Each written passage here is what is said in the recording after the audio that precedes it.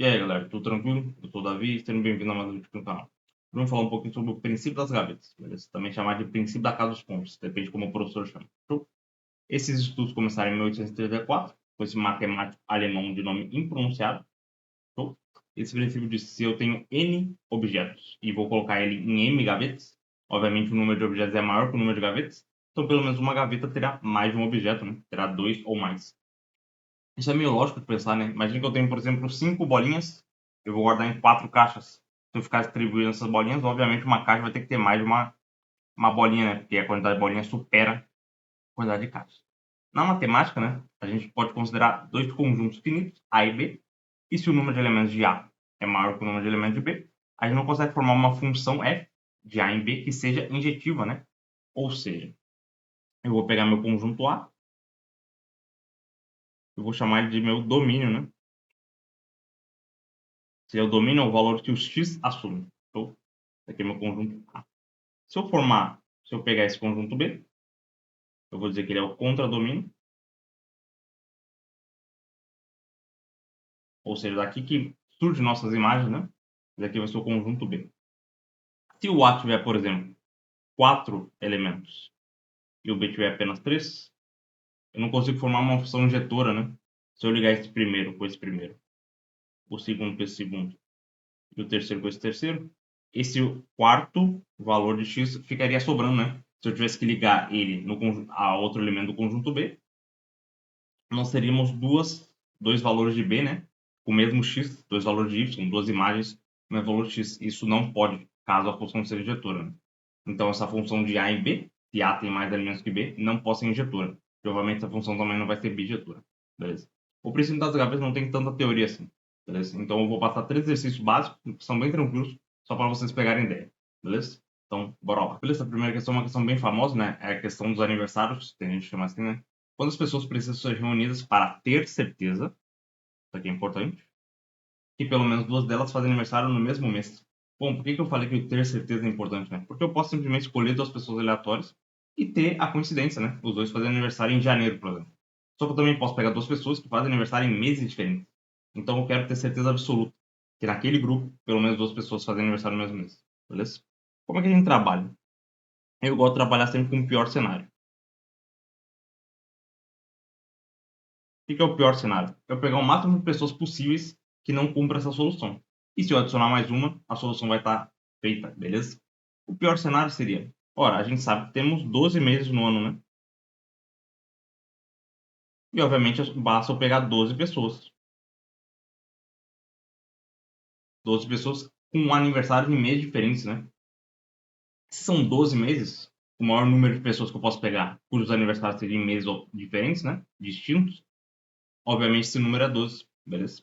Então basta adicionar mais uma pessoa, basta adicionar a 13ª pessoa, e a gente obrigatoriamente vai ter uma coincidência de aniversário, né? Em meses, no caso. E a gente chega com a nossa resposta. 13 pessoas. Novamente, né? Eu sempre pego o pior cenário. Então, se a gente tem 12 meses no ano, basta eu pegar 12 pessoas que fazem aniversário em meses distintos. Um que faz em janeiro, um que faz em fevereiro, um que faz em março, até dezembro, beleza? E, obviamente, se todos os meses já estão preenchidos, com 12...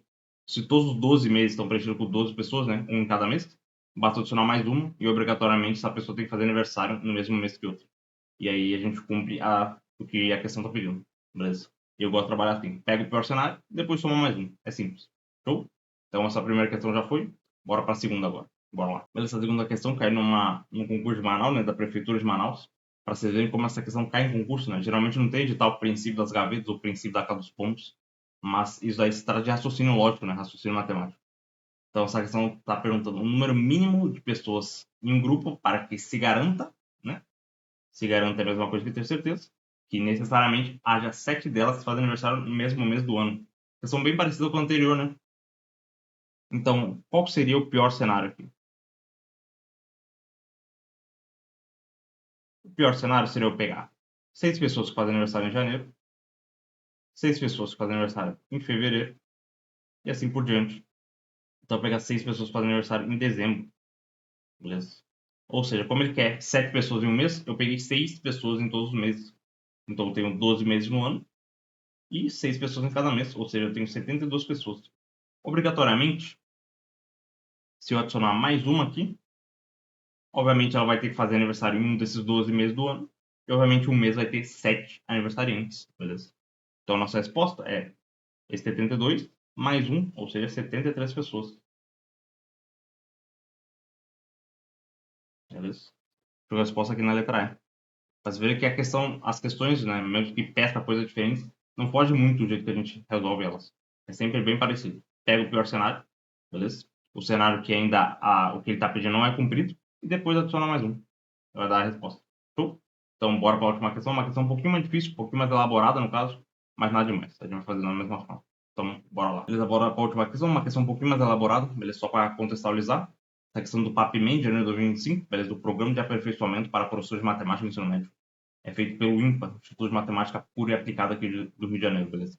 Se você é professor de matemática, se você está estudando igual eu, né, para ser professor de matemática, esse é um programa bem interessante, né? O INPA oferece gratuitamente, sempre em janeiro e julho, todos os anos, são 2 edições por ano. Basta você se inscrever e fazer, né? Todo dia a gente vai ter uma aula diferente e à tarde a gente tem uns exercícios para fazer. E isso foi uma das questões que o professor Paulo César mandou para a gente, beleza? Então a questão diz que uma caixa há 3 pares diferentes de sapatos pretos e 4 pares diferentes de sapatos marrons, todos misturados. Qual o número mínimo de sapatos a se retirar no escuro, ou seja, eu não consigo escolher, né? Eu não estou vendo. Para garantir que entre os sapatos retirados haja pelo menos um par de sapatos de cada cor. Então primeiro eu vou considerar que tem o par 1, né? Sapatos pretos, o par 2 e o par 3. Esses aqui são os pares de sapatos pretos. E a gente tem os sapatos marrons, né? Os pares também. Como não tem marrom aqui nas cores, eu vou escolher o laranja mesmo. A gente vai ter o par 4, o par 5, o par 6 e o par 7. Beleza? Novamente vamos trabalhar da mesma forma, né? Vamos trabalhar com o pior cenário.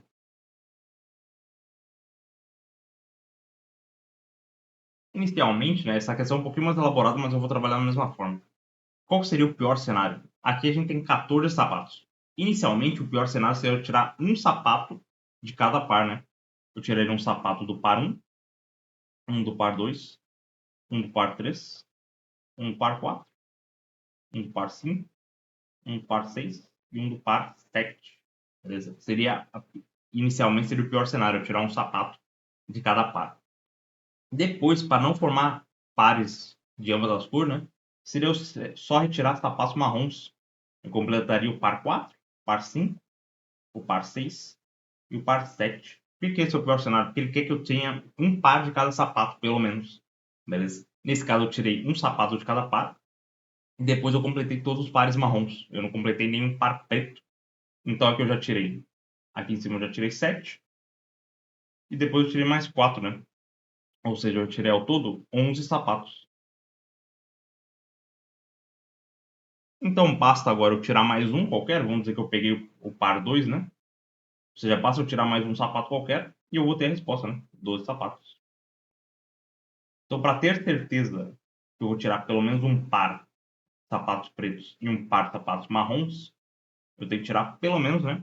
A quantidade mínima de 12 sapatos. Show? E a gente pegou a resposta aqui na letra D. Vocês verem, essa questão é um pouquinho mais elaborada, mas a gente resolve da mesma forma. Pega o pior cenário possível, depois toma mais um. Não tem segredo. Beleza? Então esse foi o vídeo de hoje, foi um vídeo bem rapidinho, né? Só para falar um tópico interessante. A gente não estuda isso no colégio, nem em cursinho, né? Eu tive aula com o professor Paulo César sobre esse assunto, mas eu já conhecia esse assunto, né? Mas eu estudei sozinho por conta própria, né? Geralmente a gente não vê no colégio quando a gente está estudando, né? Para se formar, beleza? Mas é um tópico que eu acho interessante que serve para resolver algumas questões, né? Eles podem aparecer em concursos como a gente fez a questão da Prefeitura de Manaus, beleza? Então espero ter curtido o vídeo. Se possível, deixar um like para fortalecer o trabalho. Qualquer dúvida, qualquer sugestão, pode deixar nos comentários, beleza? Se inscreve no canal para não perder os próximos conteúdos. Show? Valeu. Até a próxima.